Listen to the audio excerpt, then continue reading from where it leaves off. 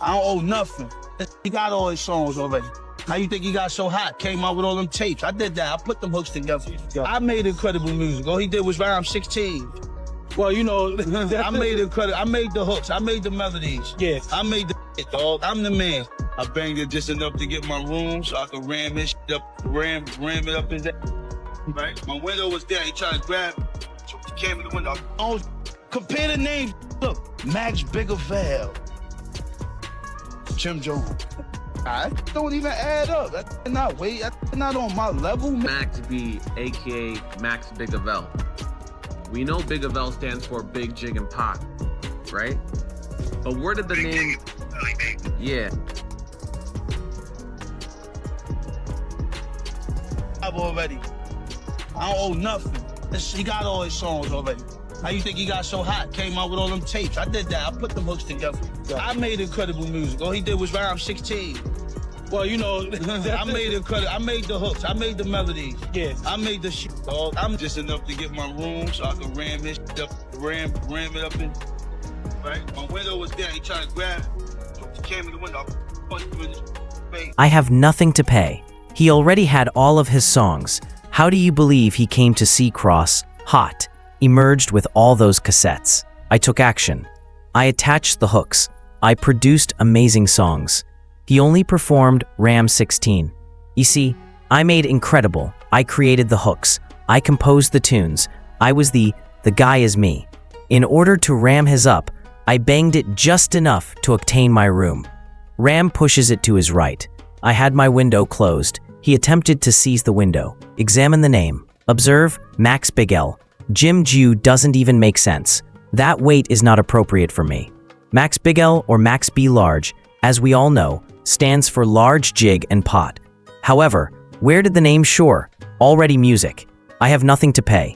He already had all of his songs. How do you think he became so hot? Emerged with all those cassettes. I took action. I attached the hooks. I produced amazing songs. He did nothing except rap 16. You see, I made incredible. I created the hooks. I composed the tunes. In order to ram it up in, I made just enough to secure my room. True, I had a downed window. He made an attempt to seize the window camera, the face of you. Approximately during that moment. On 9 out of 11 counts, Max B is found guilty. Such is felony murder. And he is given care. Was it 75? Legends have long been born in Harlem, but not all of these tales are about achievement. Some involve people being burned, betrayed, or used in the process. Jim Jones and Max B weren't only co-workers. They resembled siblings. Nothing appeared to be able to stop them for a while. Max wrote the tunes, hooks, and sound that elevated Jim Jones to stardom. However, Jim received most of the credit. What happens when a buddy becomes an adversary and devotion becomes dangerous? This is the tale of a ghostwriter who nearly turned into a ghost. Of a friendship that broke so violently that New York streets trembled. Max B's journey is a blend of talent, betrayal, and ambition that couldn't be disregarded. From jail time to mixtape battles, from underground hustles to major industry maneuvers. There was music, family, and trust before the feuds, disc recordings, and headlines. But nothing remained the same when that confidence was betrayed. What happened isn't the only question. It's the extent to which a man would go when everything he had worked for was under jeopardy. Charlie Wingate, later known as Max B, did not have an affluent upbringing. He was born into poverty. The Abraham Lincoln housing projects in Harlem were more than just somewhere to live. It was a battleground. Life put him to the test right away. Charlie was sent to live with his grandma when his mother battled addiction and ended up behind bars. You wouldn't be able to survive on the streets without tenacity, street smarts, and adaptability. Max used music to find a way out of that mayhem. The boy found solace in the Harlem Choir. It was there that he found his mesmerizing, melodic flow, the sound that would eventually be referred to as wavy. Max was creating tunes, melodies, and hooks that could stop people in their tracks, while other children learned how to navigate the streets. It was more than just a skill. It served as a means of escape, a tool, and survival. However, no one can leave the streets with ease. Max was given an 8-year prison sentence for robbery in 1997. I watched the world go on without him for 8 years. 8 years of silently growing rage and ideas. Max B, a guy with an uncontrollable appetite and a new moniker inspired by the legends he revered, had taken Charlie Wingate's position when he emerged. Prison altered him. He could have been broken by those 8 years, but instead they made him sharper. He planned, observed, and learned. Every melody, hook, and concept he had thought of while out on the streets was incorporated into a larger plan: influence, survival, and ultimately supremacy. He had evolved beyond Charlie Wingate by 2005.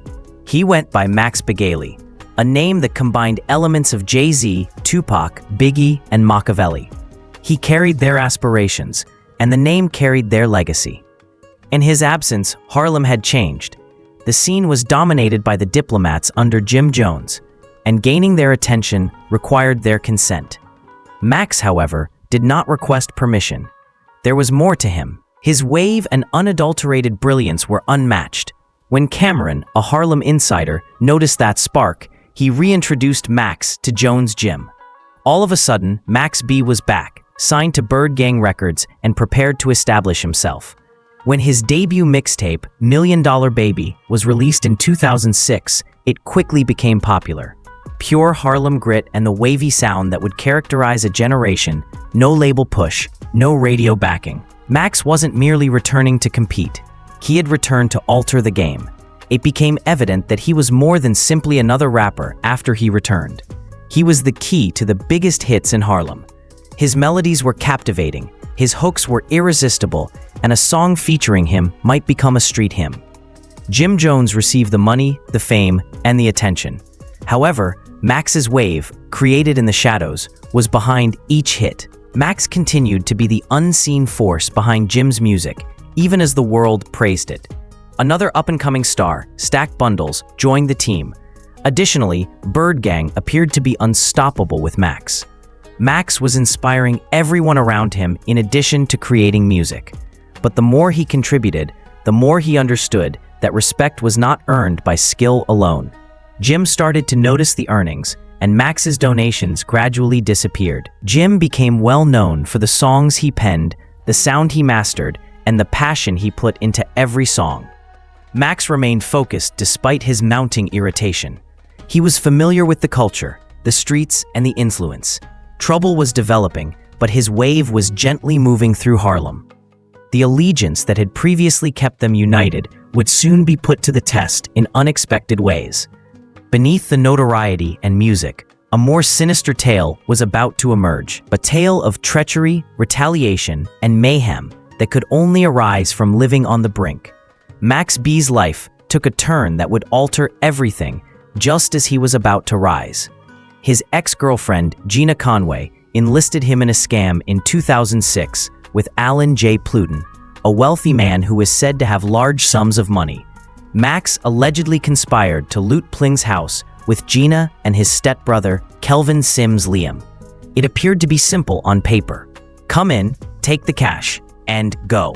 But actuality had different ideas. Pluton wasn't alone when they got there.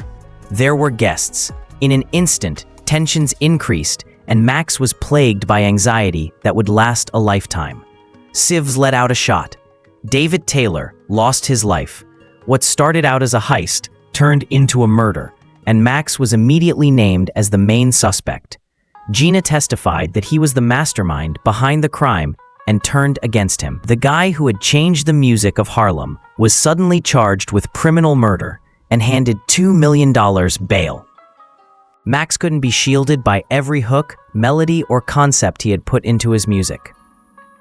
While incarcerated, he became aware that this went beyond street wars. Every choice he made could be his final chance at freedom in this life-or-death situation. Jim Jones was watching the entire time, cautiously, calculatingly. Every empire has its weaknesses, and treachery was just around the corner. Max's freedom, profession, and life were all at stake. One decision, one action, and Harlem itself would be permanently altered. Jim Jones was thriving in the spotlight, while Max B battled for his freedom in prison. Jim released We Fly High, Ballin' in 2006, a song that went viral on radio, in clubs, and on television. What's wrong? Nax asserted that he wrote the hooks, composed the melodies, and produced the wave that turned the song into a smash. Nevertheless, he received no credit at all, under someone else's name. The man who had made Jim Jones sound like a superstar was seeing the success of his own work. Then an offer arrived. Jim pledged to assist Max in getting out of jail. There was a catch, though. Max had to give up everything he had established in order to sign a 6-album deal and give up his publishing rights. A decision no one wants to make was forced by desperation. Max signed, despite having little chance of being cleared from a murder accusation. His music, tone, and legacy were all sacrificed for a brief release. He felt the burden of betrayal as soon as he left. Max had entered as Jim's covert weapon. However, he appeared as a ghost. Now someone else owned every hook and tune he had mastered. His name was hardly known among the streets that had rejoiced over him. It was a professional eraser, not merely a personal one. Furthermore, Max B was not the kind to take things in stride. Max went underground after being betrayed yet unconquered. He did not disappear. He got ready for his return, joining forces with another Harlem rapper who had grievances against Jim, French Montana. Max founded Coke Wave, a street movement driven by ambition, raw skill, and retaliation. Max filled the streets with free music without the help of radio, labels, or businesses. When mixtapes appeared on sites like Mixtapes, there was an immediate reaction. As a reminder that he had never vanished, his wave spread more quickly than before. Max knew what he wanted: reclaim Jim Jones's respect by calling him out. Diss tracks turned into a weapon. Jim and Jules Santana were made fun of by Public Domain 3, which called them phony artists who profited from Max's skill. By demonstrating that they couldn't function without him, Lip Sync and I Know Them Dudes needed me and attacked their credibility. She Touched It, a song that claimed he had an affair with Jim's fiancée, was his most audacious act. The streets became unruly. Jim's reputation suffered greatly while Max's legend grew. The conflict did not end with music. Stress, real-life clashes spilled into the streets. Max allegedly fled in ambush, crashed Jim's Bentley, and engaged in club fights that called for police K-9 units. The man who had been destroyed by treachery was now degrading the kingpin of Harlem. Max B was winning more than just rap fights. He was changing the rules, demonstrating that respect, fear, and the relentless spread of a wave are more important indicators of power than celebrity or wealth. Max ruled the streets. But the police were getting closer. In a Bergen County courtroom in June 2009, his past finally caught up with him. He was charged with felony murder, armed robbery, and other major offenses that portrayed him as the architect of a violent crime that he may not have personally committed. Gina Conway, his ex-girlfriend who testified against him, had personal agendas, according to his defense. The prosecution told a different tale. Max was the mastermind behind the mayhem that resulted in death. The jury returned with a severe verdict. 11 counts, including criminal murder, were found guilty. Max was given a 75-year sentence in September 2009, which meant that he wouldn't even be eligible for parole until 2042. His wave, his music, and his freedom all seemed to be stuck in time. Jim Jones kept making money off of Max's inventions in the meantime. Every play, download, and stream entered Jin's pocket and served as a continual reminder of betrayal. Without Max, the music industry, culture, and streets had all moved on. However, the tale did not stop there. Max received his publishing rights back in 2010 after a little court success. A hint of fairness. In 2011, he released Vigilante Season from prison, demonstrating that his influence endured despite being incarcerated. His musical wave served as an inspiration to musicians such as Drake, Wiz Khalifa, and Kanye West. Hip-hop was still being shaped by the guy behind the hooks, demonstrating that legends never really die, they simply wait.